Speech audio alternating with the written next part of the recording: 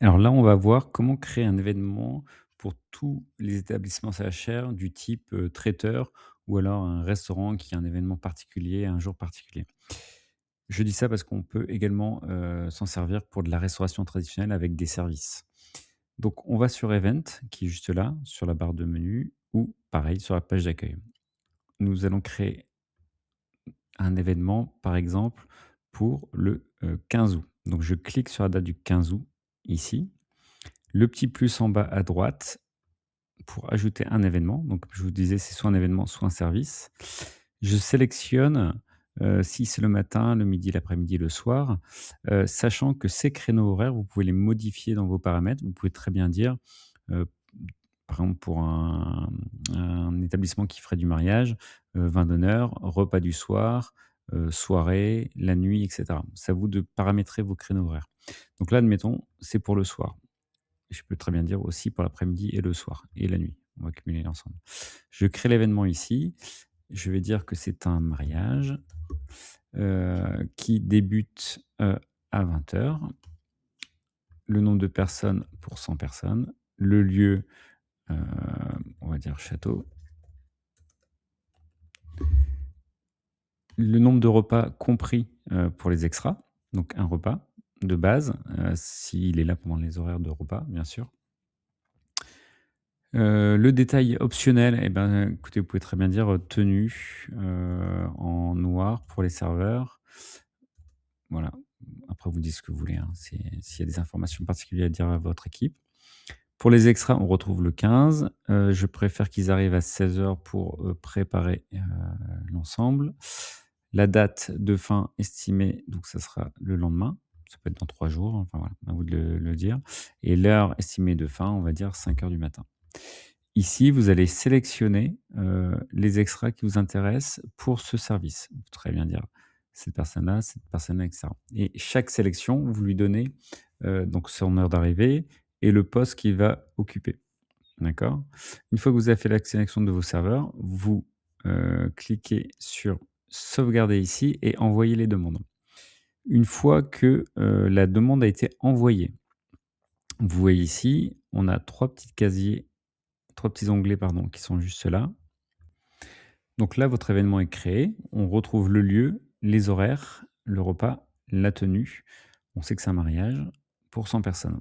Vos extras vont recevoir une notification, sur leur téléphone pour accepter ou pas cette mission.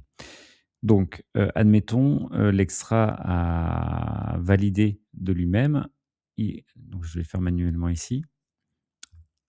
Il va apparaître donc sur, le pipeline. Donc là, on lui demande de générer le contrat. Donc on va générer le contrat directement.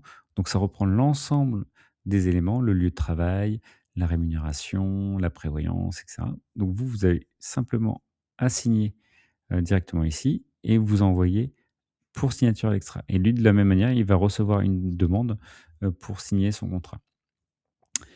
Ici, vous pouvez relancer l'extra qui ne vous a pas, contacté ou vous pouvez, le retirer parce que finalement vous en avez pas besoin. Donc là, on va le retirer. Celui-là, voilà, l'extra est retiré de la mission. La mission, les extras, vous en avez pas assez, vous pouvez très bien ajouter un extra. Ici, dans l'onglet extra, vous faites ajouter et là, vous allez rechercher le nombre d'extras nécessaires. Vous envoyez les demandes, voilà. L'extra apparaît ici, donc Maxime, heu, on va le valider manuellement ou alors après on va le relancer pour vous montrer. Hop, on a relancé l'extra. En vert, vous avez les titulaires, donc ceux qui sont déjà prévus, pour cette mission-là. Donc ça ils font partie de votre équipe, de permanents, donc on voit qu'ils sont indiqués sur cette mission-là. Ici, il y a votre extra. Donc il vous a dit qu'il était disponible, donc maintenant vous allez générer, donc son contrat. Vous l'avez généré, mais s'il n'a pas encore été généré, vous pouvez cliquer sur l'onglet bleu ici et vous allez le régénérer. Donc là, on voit qu'il avait déjà été fait, il y a ma signature dessus. Tant que, cette étape-là, contrat est en orange, c'est qu'il manque un élément. Donc là, l'élément qui manque, c'est la signature de votre extra. Une fois qu'il aura signé, ça sera ouvert et on va passer à DPE, l'onglet suivant. Mais ça ne vous empêche pas de passer à DPE s'il n'était pas signé. Voilà, vous pouvez très bien faire, le compte votre déclaration URSSAF avant, que votre extra, est confirmé. Donc vous cliquez simplement sur «Faire la DPE».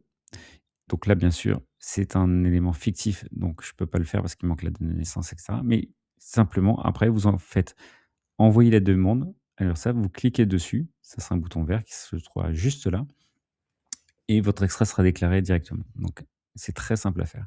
Une fois que c'est fait, vous passez au pointage. Donc vous pouvez mettre un QR code dans votre établissement, l'extra pointe, directement et ça arrive sur cet onglet-là. Ensuite, on envoie tout ça au comptable, soit directement via Silay, donc ça rentre dans l'ordinateur du comptable, ça remplit les données, le comptable n'a plus qu'à valider et vous recevez directement la fiche de paye.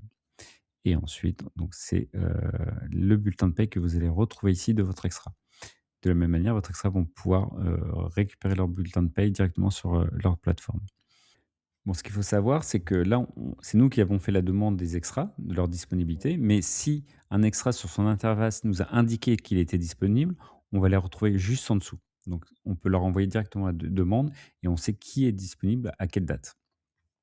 C'est ici, dans demande de dispo, on va retrouver l'ensemble des extras disponibles. Donc là, forcément, il n'y a personne parce que c'est un compte test, mais moi, sur mon compte professionnel, on a l'ensemble des extras disponibles.